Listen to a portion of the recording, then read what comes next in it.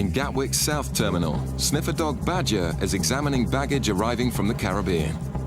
Customs dogs are possibly the most powerful tool in the fight against drugs, and all have their own skills. Badger is known as a cocaine specialist. He gives a clear indication on this black suitcase. The case is put back on the carousel and kept under surveillance. Whoever picks it up will then be stopped and searched to see if Badger's right.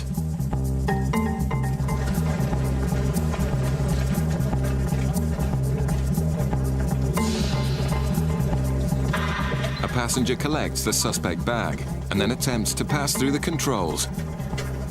But Customs Officer Phil is waiting for her.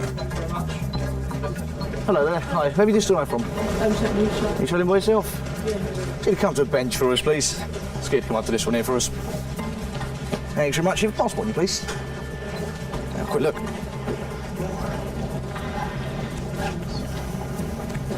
Right, these all your bags here? Did you pack them all yourself? And do you know what's inside all of them? No, I've got them clothes. Just clothes? Have you been forced or threatened to bring anything into the UK? And do you understand the controlled drugs, firearms, they're illegal to bring into the UK? Let's have a quick look.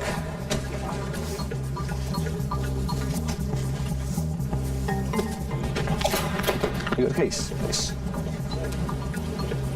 Phil checks to see which is the suspect case and then asks the nervous passenger to open it. Okay, just going to put this one for our extra machine as well, okay? Phil can't see anything yet, but an X-ray shows what looks like organic material in the wall of the case. So that's probably what we're looking for. I'll quickly go and do this, quickly go and spike it, just make sure.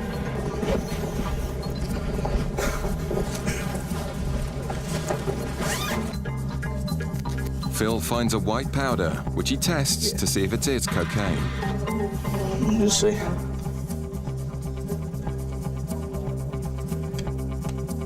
The speed of the reaction indicates the quality of the drugs.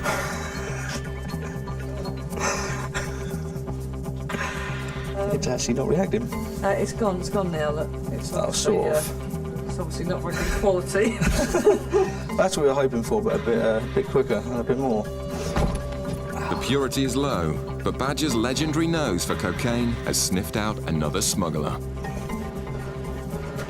Okay, the time is 07:32, and I'm arresting you on suspicion of being involved in the importation of a controlled drug.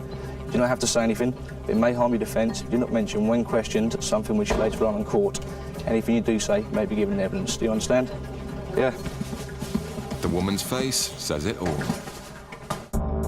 Bootleggers use ferries to bring in large quantities of tobacco, and officers are cracking down on so-called backy buses. Amongst all the innocent travellers, are passengers offered a free trip away by bootleggers, as long as they agree to carry back the guideline allowance of tobacco, which the organisers then collect and sell on the black market. Did either of you purchase or obtain anything while you were away? I've just got 100 cedis. 100? Yeah. Yeah, and what And I about got you? some tobacco. Yeah, how much have you got?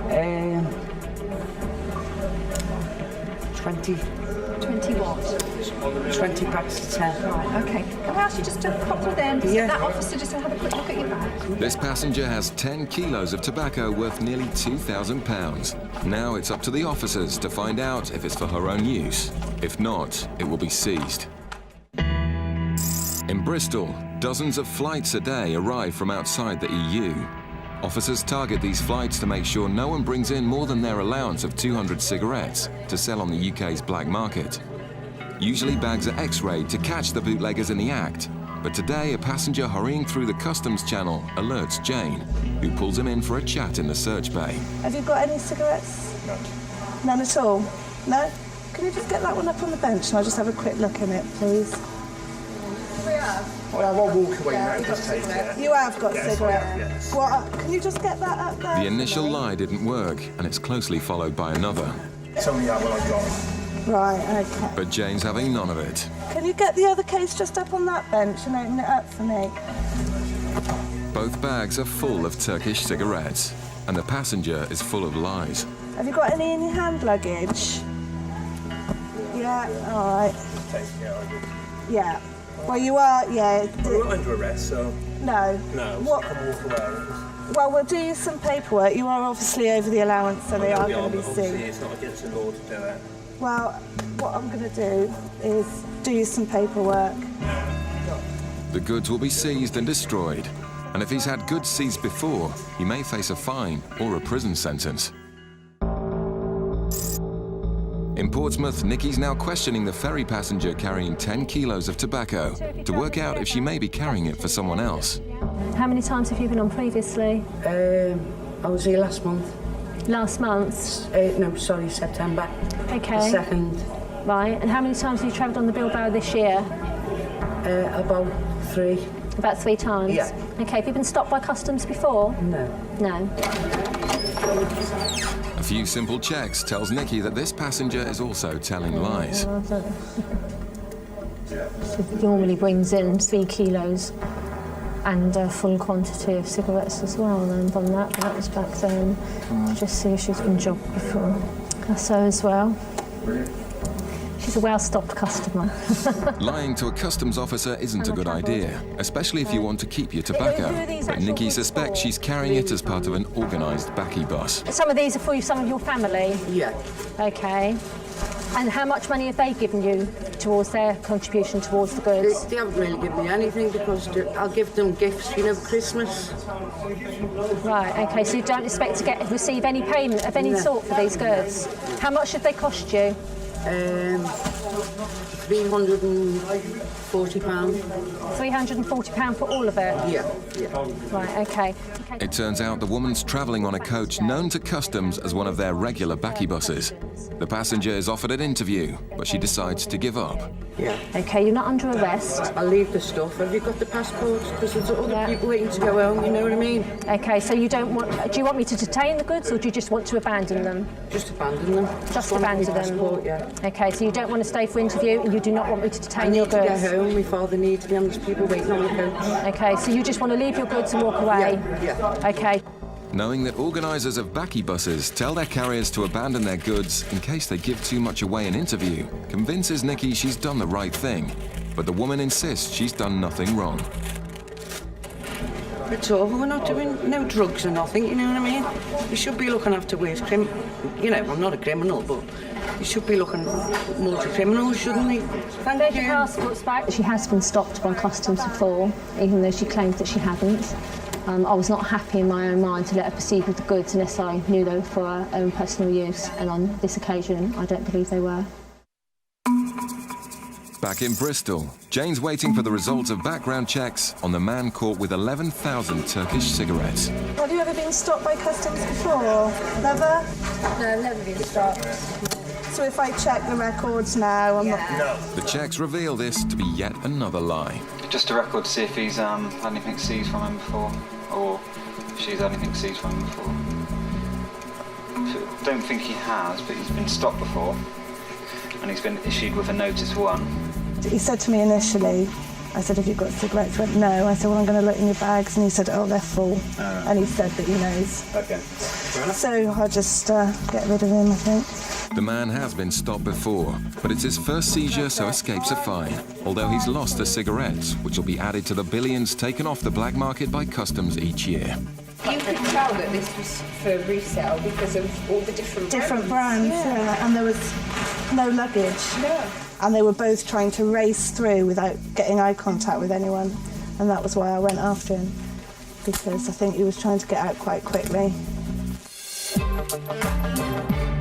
Meanwhile, the woman in Gatwick's South Terminal won't be leaving just yet. Right, just leave that there. Just come around here. Go and take a seat on the far side, please. Okay, do you understand why you've been arrested? No. Okay, we found what we believe to be a controlled drug in your bag. She's keeping quiet. Not surprising, as there's around 1 kilo of pure cocaine in her suitcase. So it's all the way around the bag. You can feel it as well, how thick it is. Good job. The woman's taken to the custody cells for questioning.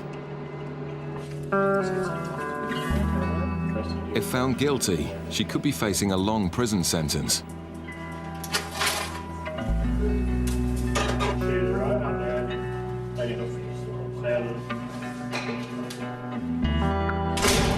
The drugs worth nearly £50,000 have been taken off the streets, and it's all thanks to Badger.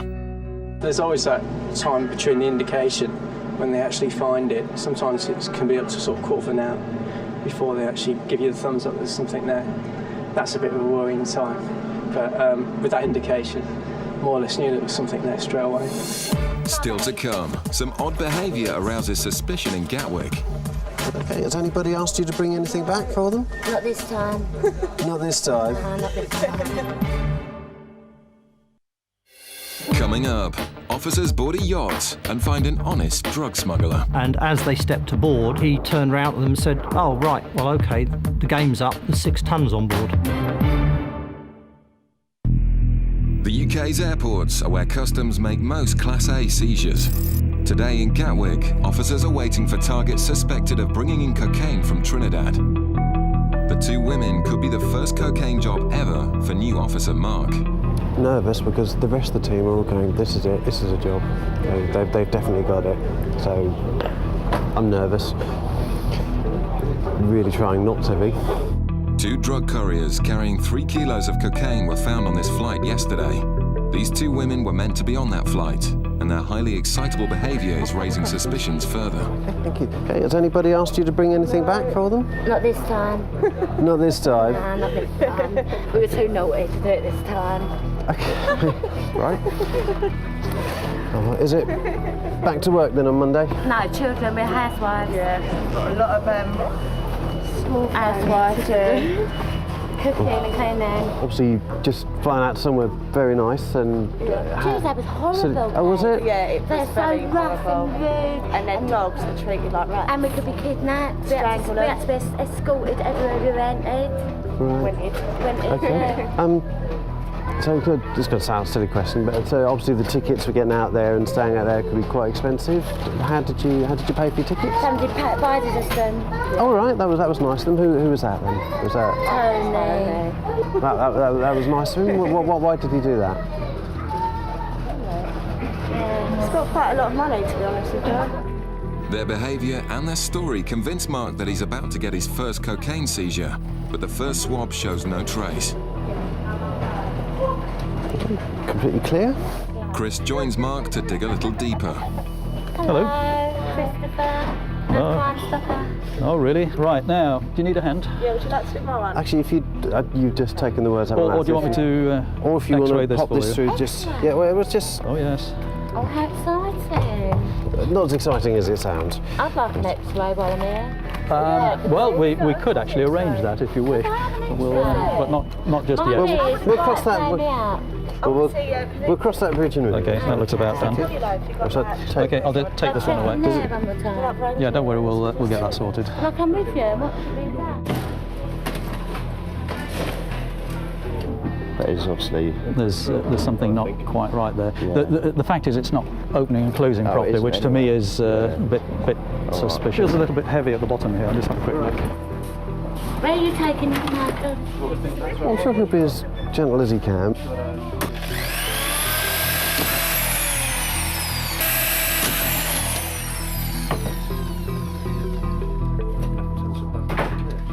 The bags are clean, but with so much to gain from smuggling, sometimes couriers carry drugs inside their bodies.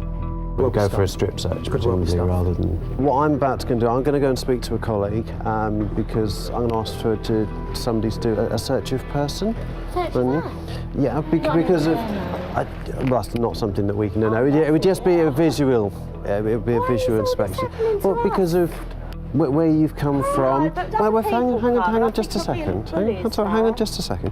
Where you've come from, you've both said to me, obviously, you're housewives, you don't have the money. Obviously, you said Uncle Tony's paid for it. No, that's absolutely fine.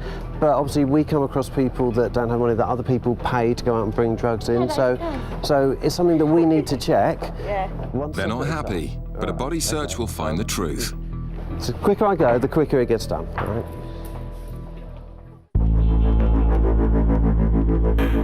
Officers aboard the cutters protect our coastline against drug smugglers, who are a constant but invisible threat. These high-powered ships operate in all weathers, but in September 2000, A storm off the coast of Cornwall drove them back into Falmouth in search of shelter.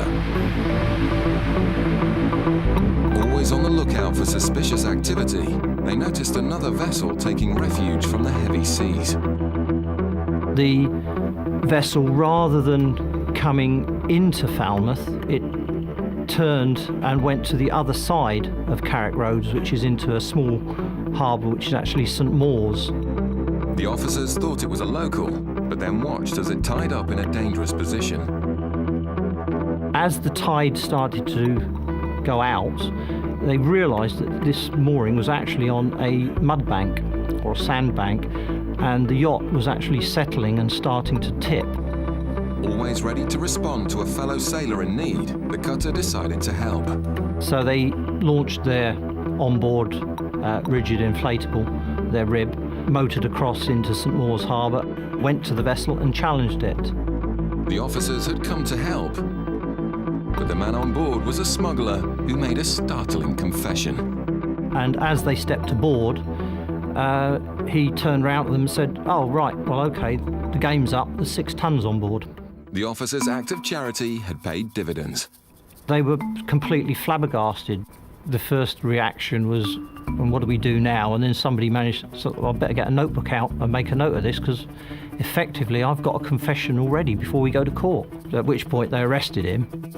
The skipper was John Moore. He led them into the cabin to see the drugs for themselves. There were bales of cannabis literally in every available space within the vessel. They also found evidence he wasn't working alone. But 2 passports were actually found on the vessel. So they decided that the best thing to do was to remove him from the vessel. 3 of the cutter crew stayed on board the ketch and wait and see if the crew came back in the morning. Moore's accomplices did return, right into the trap. It was about 8 o'clock in the morning. 2 men jumped into the cockpit of the yacht, and basically the cutter crew arrested them there and then.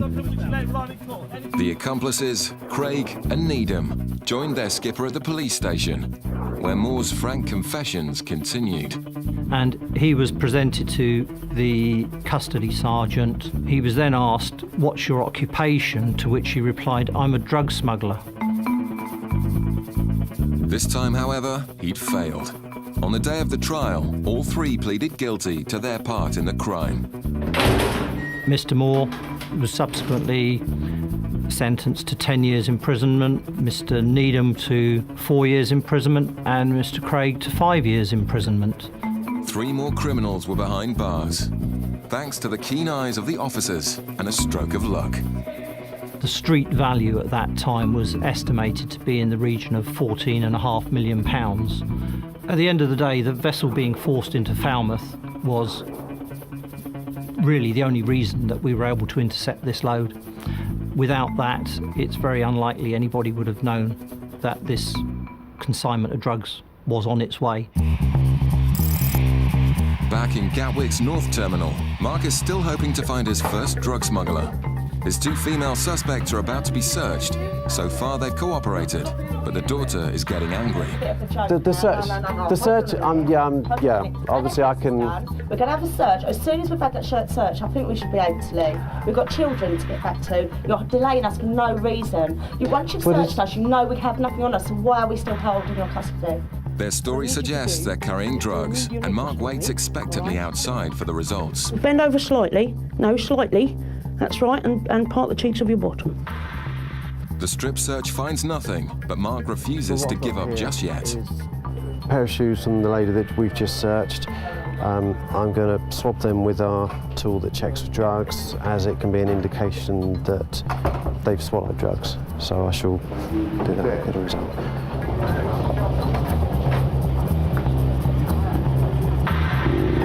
A small indication. The indication means Mark wants to do a body scan. 0.5, something to think about. With these indications, keen to go for an X-ray, which the mum has already sort of informally said she's happy to do. What about the daughter in terms of X-ray? Do you think she'll be happy to do that? She's not happy to be here at the moment. If you don't think they're going to stay, you're going to have to look at arresting them. Worried about the daughter's reaction to the X-ray, they decide to arrest them. I'm arresting you on suspicion of being involved with the importation of a controlled drug.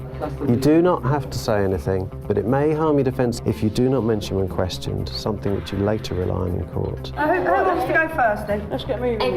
The daughter agrees to be X-rayed first. In just a few seconds, Mark will know if they've swallowed packages of cocaine.